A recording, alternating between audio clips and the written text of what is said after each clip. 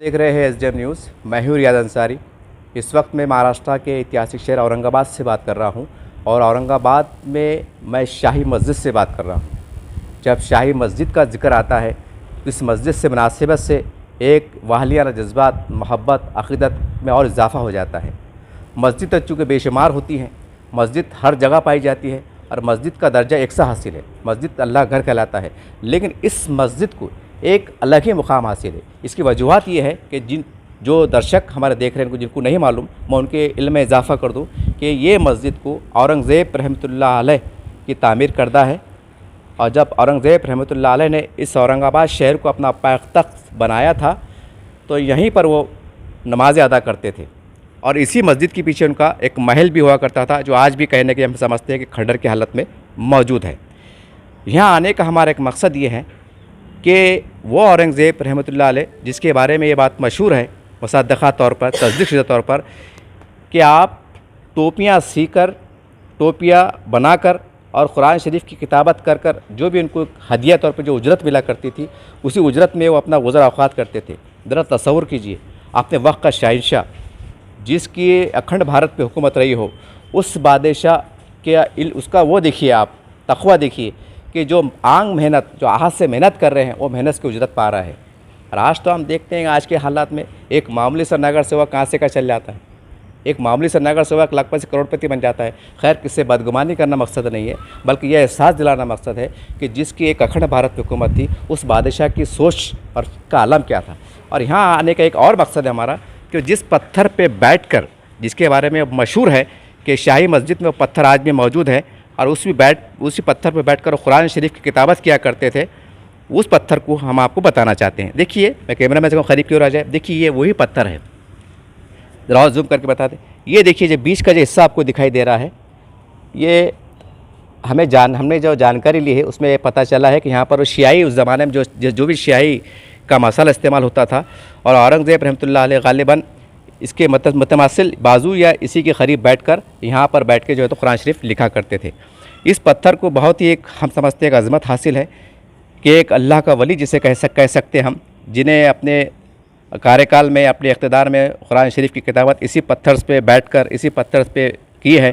तो आप अंदाज़ा लगाइए। और ये ख़ास बात ये भी है कि ये पत्थर कोई ऐसा सहन में रखा हुआ नहीं है, बल्कि ये जहाँ पर इमाम साहब नमाज़ अदा करते ठीक उसके सेंटर में है। यानी इस पत्थर को एक बड़ा मुकाम हासिल हम कह सकते हैं। चलिए और मज़ीद जानकारी लेना चाहेंगे जो यहाँ के जो ज़िम्मेदार है। मोहतरम, सबसे पहले आपका नाम बताइए और आप यहाँ पर कौन है, क्या इसके बारे में तफ़सीलात दीजिए, इसके बारे में, पत्थर के बारे में बताइए आप। बिस्मिल्लाहिर्रहमानिर्रहीम।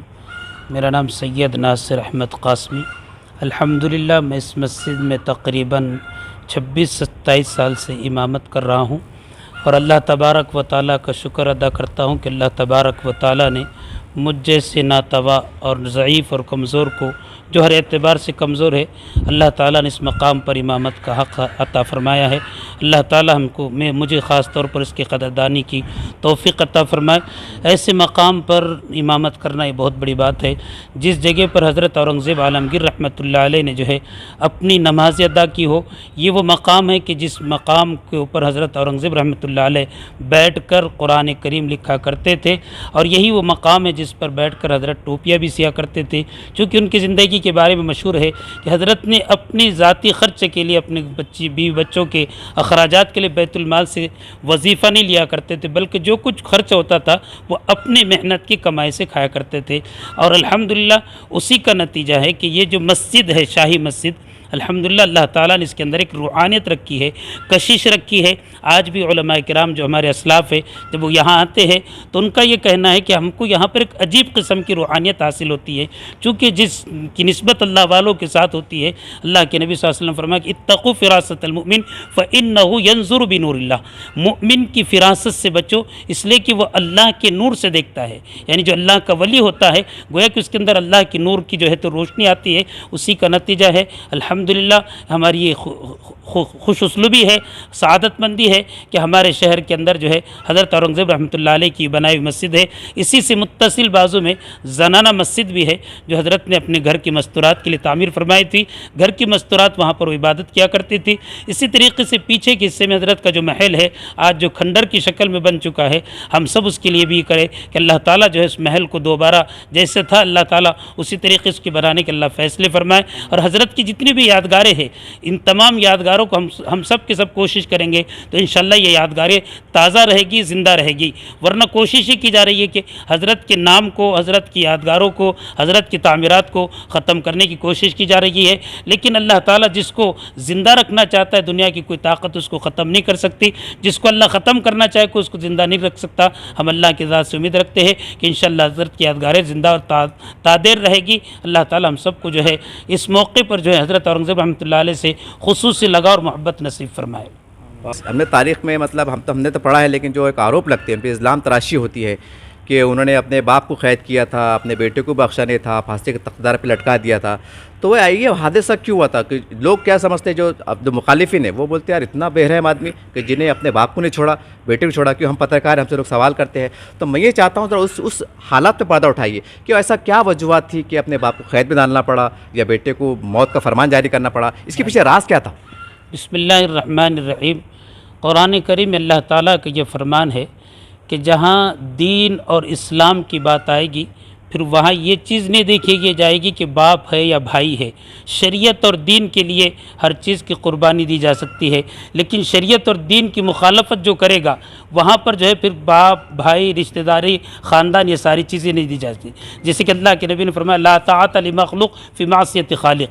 जिसमें अल्लाह की नाफरमानी हो रही हो वहाँ पर मखलूक की इताअत नहीं की जाएगी। चूँकि इनके वालिद साहब, इनके भाई साहब, इन्होंने जो कुछ कोशिशें की थी उस ज़माने में हालात ऐसे बने थे कि ये शरीयत की नाफिज करना चाहते थे, दीन को नाफिज करना चाहते थे, दीन के लिए कुर्बानी देना चाहते थे और ये इसमें रोड़ा बन रहे थे। इसलिए इन्होंने कोशिश की कि भाई जो शरीयत की मुखालफत करेगा उसको ये बर्दाश्त नहीं कर सकते थे। इसलिए जो कुछ उन्होंने किया है वो इसी निस्बत से किया है। उनका अपना कोई मफाद नहीं था, अपनी कोई ज़ाती फ़ायदा नहीं था। और बहुत सारी चीज़ें इसमें भी आती है कि हज़रत औरंगज़ेब रहमतुल्लाह अलैह ने अपने भाई से जो लड़ाई की थी, जो जंग की थी, वो जो जंग थी वो अपनी हुकूमत के एतबार से थी। उसमें जो है तो भाई ने भी जो है तो हज़रत औरंगज़ेब रहमतुल्लाह अलैह के ख़िलाफ़ साजिशें की थी। अब साजिश में जब वो मुलव्विस हुआ है तो उसके जो है तो दिफ़ा करना हर एक की ज़िम्मेदारी होती है। उस एतबार से हज़रत औरंगज़ेब रहमतुल्लाह अलैह ने अपना दिफ़ा भी किया था। अब ये जो गलत इल्ज़ामात लगाए जाते हैं असल में उनको बदनाम करने की साजिश रची जाती है, वरना ये सारी चीज़ें गलत इल्ज़ामात है। हज़रत औरंगज़ेब रहमतुल्लाह अलैह के बारे में आता है कि वो पूरी इंसानियत का ख्याल रखते थे, चाहे कोई भी हो, मुस्लिम हो, गैर मुस्लिम हो। उन्होंने सिर्फ मसाजिद के लिए नहीं, मदरसों के लिए नहीं, बल्कि मंदिरों के लिए भी और इसी तरीके से दूसरे मज़हब की जो इबादत गाहें थे उनके लिए भी जो है तो अपने हुकूमत से मदद दिया करते थे। ये उनका ख़ास अमल था। तो उसकी तारीख़ में शवाहिद मौजूद है, आज सबूत मौजूद है। जैसा आपने कहा मंदिरों को जागीर दिया, मदद की, तो उसका कोई एक मतलब सबूत कह सकते हैं मौजूद है? हाँ, मैंने तो ऐसा सुना हो कि जैसे बहुत सारी यूपी के इलाकों के अंदर और बहुत सारी जगहों पर जो है हज़रत ने मंदिरों के लिए भी जो है तो मदद की थी जहाँ उन्होंने ज़रूरत। और वो जो मंदिर तोड़ने का जो वाक़या पेश किया जाता है, जो बतलाया जाता है कि हज़रत ने मंदिर तोड़े थे, ये सब के सब चीज़ें वजूहात उसकी देखी जाए, तारीख़ अगर सही तरीके से पेश की जाएंगी तो इंशाअल्लाह ये सारे शुकूक और शुबात ख़त्म हो जाएंगी। चूँकि तारीख़ को गलत पेश किया। पत्थर के बारे में हमारे बैठ के बताइए। हमारे हिंदुस्तान की मशहूर शख्सियत हज़रत मौलाना सलाहुद्दीन सैफ़ी साहब दामत बरकातुम जब औरंगाबाद आए और शाही मस्जिद में आए तो हज़रत को जब मालूम हुआ और किसी ने उनको बतलाया कि इस पत्थर पर बैठकर हज़रत कुरान शरीफ लिखा करते थे, तो हज़रत ख़ुद उस पत्थर पर बैठे और बैठकर जो है अपने हाथों से सूरह फातिहा लिखी और कहा कि ये भी मेरे लिए यादगार हो जाएंगी, ताकि मैं जो है तो उस जगह पर बैठकर जिस जगह पर हज़रत औरंगज़ेब ने सूरह फातिहा लिखी है, कुरान लिखा, मैं सूरह फातिहा लिख रहा हूँ। आपने मुफ्ती साहब से एक सवाल किया कि औरंगज़ेब रहमतुल्लाह अलैह ने कौन कौन सी मंदिरें बनाई, तो मैं अभी बाजू खड़ा था, मैंने अभी सवाल सुना। औरंगज़ेब रहमतुल्लाह अलैह ने हिंदू मुस्लिम सब के लिए बहुत सारी चीज़ें की है। औरंगाबाद में उसकी बहुत सारी मिसालें मिलती है और गुवाहाटी में एक बहुत बड़ा मंदिर है, वो भी औरंगज़ेब रहमतुल्लाह अलैह ने बनाया था। कामा खविया मंदिर गुवाहाटी इसमें चित्रकूट में, ये भी उन्होंने बनाया और बहुत सारी मंदिरें उन्होंने बनाई है। बहुत सारी मिसालें गूगल पर भी आप सर्च करके देख सकते। लेकिन ये आज जो चल रहा है ये सियासी तौर पर मुसलमानों को कमज़ोर करने के लिए सारी साजिशें चल रही है। आपका? मेरा नाम फ़िरोज़ अहमद ख़ान, औरंगाबादी। से आपने देखा एक शाही मस्जिद के ज़िम्मेदार यहाँ के इमाम साहब, एक बहुत बड़ी बात है कि औरंगज़ेब रहमतुल्लाह अलैह के हाथों के तामीर करदा ये मस्जिद में ये इमामत करते हैं।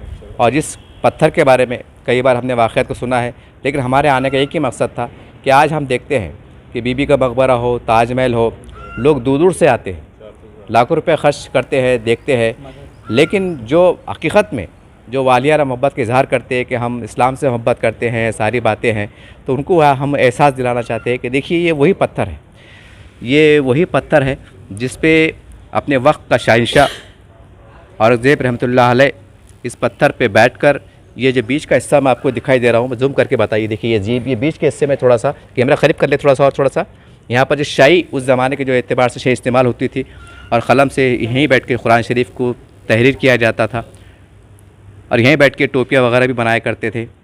तो मेरा सवाल ये है, क्योंकि मैं औरंगाबाद से बात कर रहा हूँ, महाराष्ट्र से बात कर रहा हूँ, औरंगाबाद के कितने ऐसे लोग हैं कि जिन्होंने इस पत्थर को देखा है?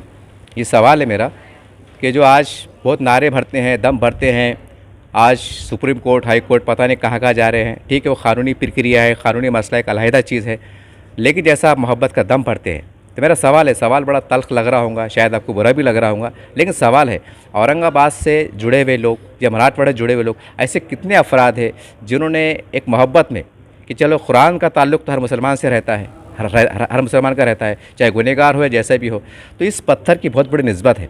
इस पत्थर की निस्बत ये है, दो निस्बत है, एक तो शहंशाह औरंगज़ेब रहमतुल्लाह अलैह से निस्बत जुड़ी हुई है और दूसरा कुरान शरीफ यहाँ बैठ के लिखा करते थे।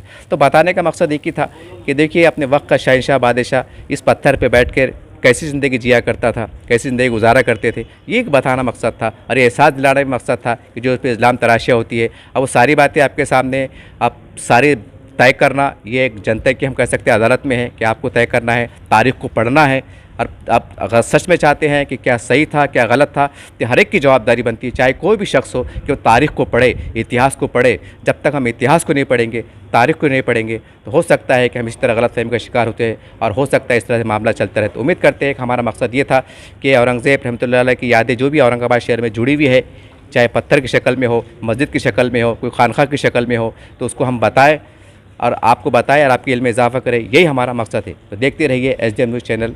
मैं हूँ रियाज अंसारी, जिशान अंसारी कैमरामैन के साथ।